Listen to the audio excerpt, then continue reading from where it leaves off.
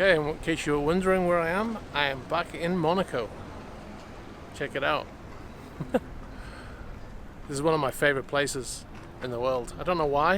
I'm not normally the type to go for luxury, rich people, good-looking people, and fast cars, yes. Yachts, yes. I suppose that's what it is, fast cars and yachts.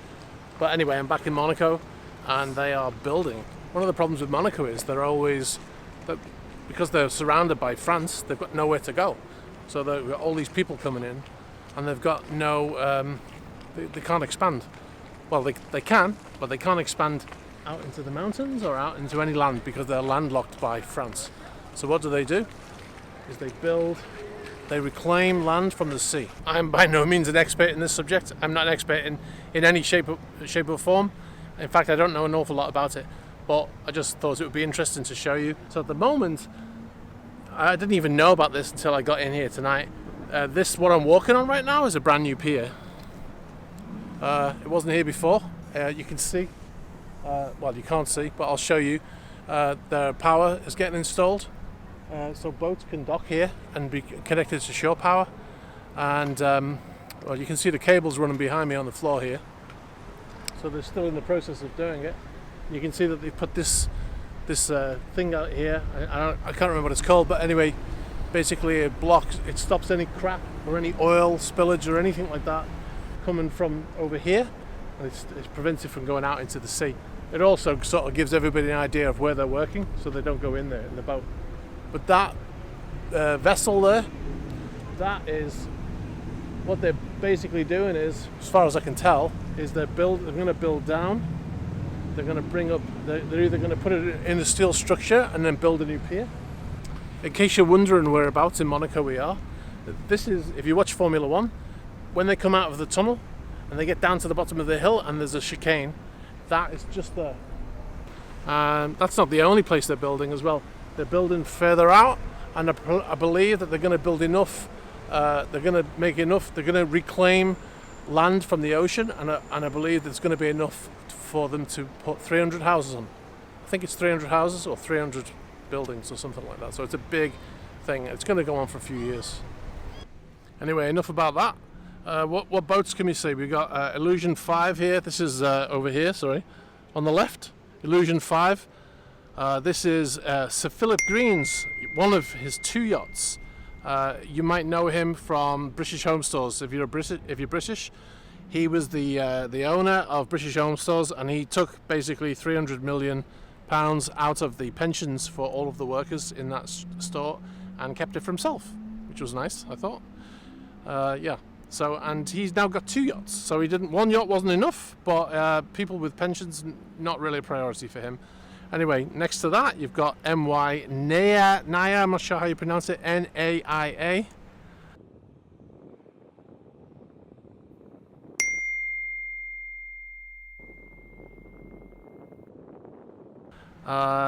Over there, the blue one, I'm not actually sure what that one is. Oh, it's Anastasia. That's Anastasia.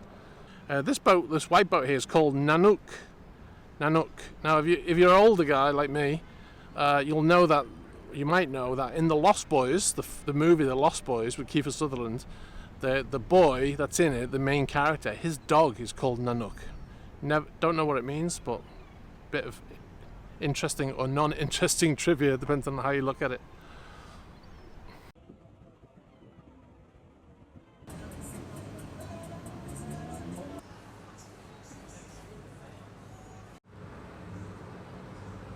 So if you're wondering about the Monaco Yacht Show this year, it's 2018 Monaco Yacht Show. Will I be there? Yes, I will be there. This area here is actually where all of the buildings were. If you look at my videos from last year, the video with the cars, that was right here.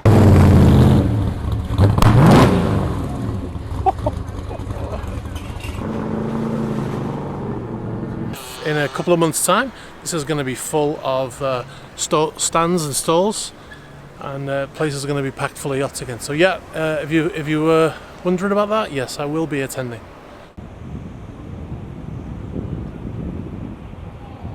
Okay, it's already getting late. I'm already starting to lose the light So I just came over to the other side of the boat here, of the marina, and here you can see we've got Anastasia. It's a beautiful looking boat.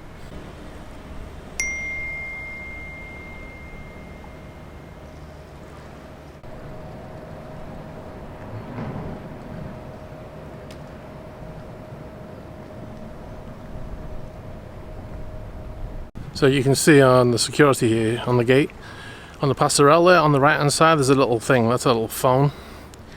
Press a button or you pick up a handset and you call, and then you'll get somebody on the boat will answer the phone, and then you tell them what you want.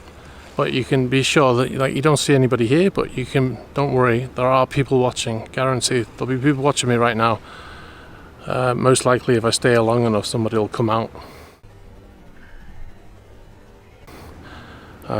That's basically everything. CCTV everywhere on these boats, and like I said, it looks deserted, but it's not. And there's always somebody on duty. There's always somebody. Well, there's more than one person on duty, and they're always watching the cameras. So if you think you can pop on board, you're wrong. It won't be long before you get stopped. Also, what they usually do is the passerelle will have it's got a motor on it, and they give little remote fobs to the crew, and then you can lift up the passerelle with the fob.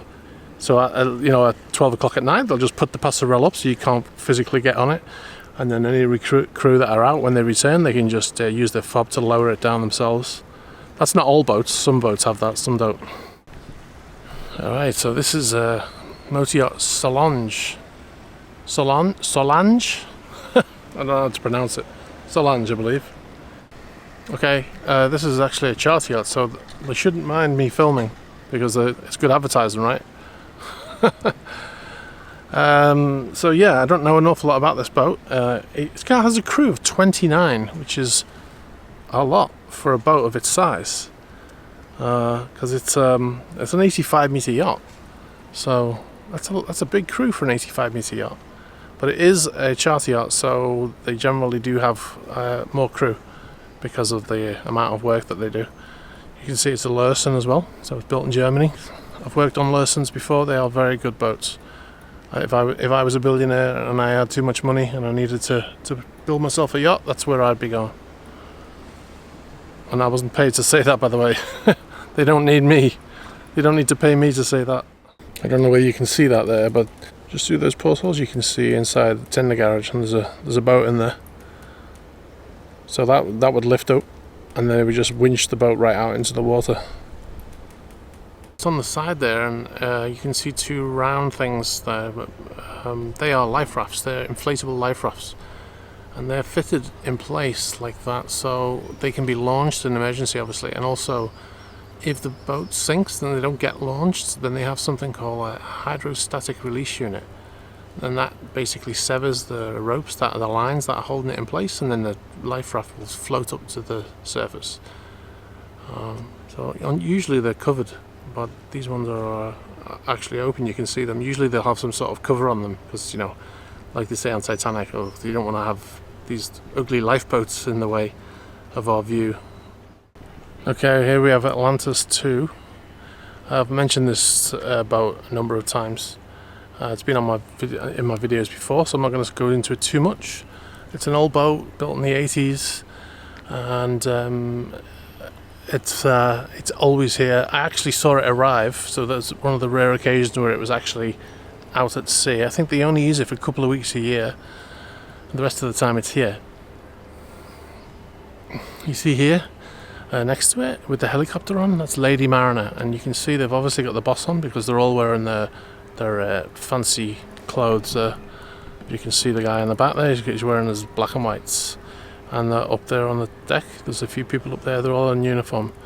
If this was boss off, they would be probably out in Monaco, certainly not dressed in that outfit. So zoom in on that chopper there. I believe that is an Augusta, a 109, I believe. Not 100%, but I believe that's what it is. I was trying to show you one of the tenders on Atlantis 2.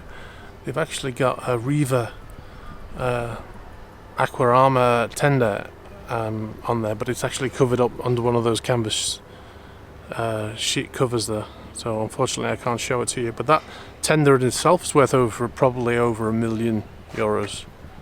Okay guys, I'm really starting to lose the light now. I know it looks alright on the lens, but it's because I've got a really fast lens on, but I am losing the light. It's about 8, it's nearly 9 o'clock at night, so I'm going to sign off. This was just a little preview of what's to come.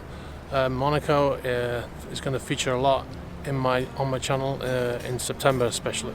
But hopefully you enjoyed this, a little quick look around in Monaco. Alright, take it easy.